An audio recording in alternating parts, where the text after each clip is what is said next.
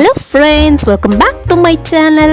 ഇന്നത്തെ നമ്മുടെ വീഡിയോ നല്ല ഭംഗിയുള്ളതായ ഒരു ടോപ്പാണ് നമ്മൾ സ്റ്റിച്ച് ചെയ്യാൻ പോകുന്നത്. ഒരു 10 വയസ്സ് തൊട്ട് 11 വയസ്സ് വരെയുള്ള കുട്ടിക്ക് ഇടാൻ പറ്റുന്ന ഒരു മെഷർമെൻറ്റിൽ ജീൻസിൻ്റെ ഒപ്പവും അതുപോലെ തന്നെ മിഡിയുടെ ഒപ്പവും പെയർ ചെയ്യാൻ പറ്റുന്ന നല്ലൊരു ടോപ്പാണ് നമ്മൾ ഈ വീഡിയോയിലൂടെ കാണിക്കുന്നത്.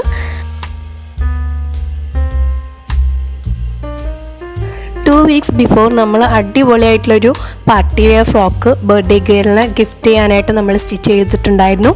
അതേ സെയിം തുണി തന്നെയാണ് ഇവിടെയും യൂസ് ചെയ്തിട്ടുള്ളത്. അതൊന്ന് ലിഫ്റ്റ് ഓവർ ആയിട്ടുള്ള തുണിയാണ് നമ്മളിന്ന് എടുത്തിട്ടുള്ളത്.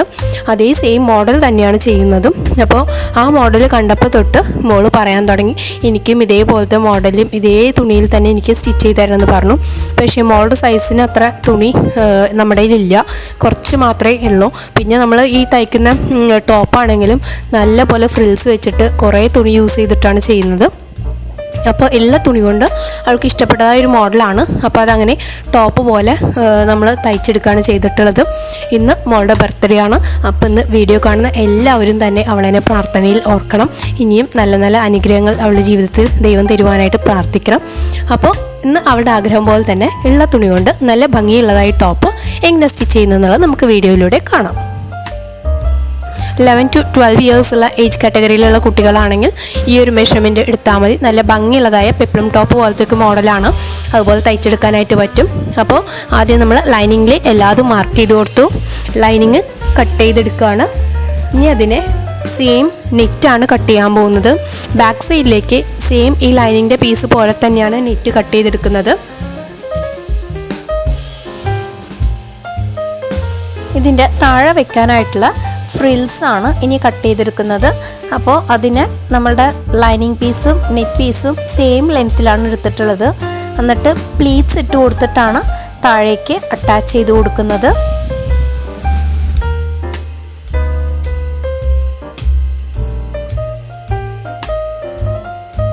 ഫ്രണ്ട് സൈഡിലേക്ക് ആകുമ്പോഴേക്കും നമ്മൾ കുറേ ഫ്രിൽസ് ആണ് കൊടുക്കുന്നത്.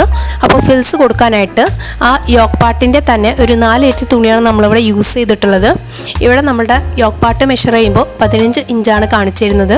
അതിൻ്റെ ഒരു 55 ഇഞ്ചോളം തന്നെ നെറ്റ് തുണി എടുത്തിട്ടാണ് നമ്മൾ ഫ്രിൽസ് ഇട്ട് കൊടുക്കുന്നത്. ഫ്രിൽസ് ഇടുന്നതൊക്കെയും നമ്മുടെ 2 വീക്സ് ബിഫോർ ഇട്ട വീഡിയോയിൽ ഫുള്ളായിട്ട് കാണിച്ചിട്ടുണ്ട്. അപ്പോൾ ഒരു സൈഡിലേക്ക് മുകളിലേക്കായിട്ട് ഫ്രിൽസ് ഇട്ട് കൊടുക്കാം, മറ്റേ സൈഡിലേക്ക് താഴേക്കായിട്ട് ഫ്രിൽസ് ഇട്ട് കൊടുക്കാം. പിന്നെ നടുവിൽ ഫ്രിൽസ് ഇടുമ്പോൾ മുകളിലേക്കും താഴേക്കുമായിട്ട് ഫ്രിൽസ് ഇട്ട് കൊടുക്കണം. അപ്പോഴാണ് നല്ല ഭംഗിയുള്ളതായ ഫ്രിൽസ് നമുക്ക് കിട്ടുള്ളൂ.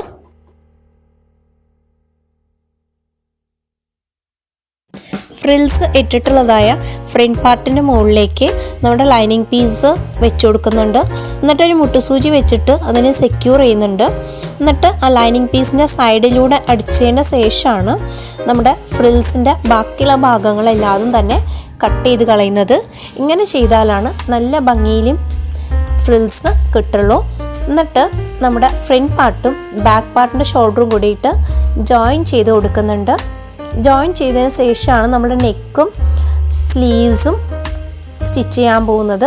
ഇതൊരു സ്ലീവ്ലെസ് ആയിട്ടുള്ള ടോപ്പാണ്. നെക്കിനും സ്ലീവ്സിനും നമ്മളൊരു ക്രോസ് പീസ് വെച്ചിട്ട് അടിച്ചിട്ട് മടക്കി അടിക്കുകയാണ് ചെയ്യുന്നത്.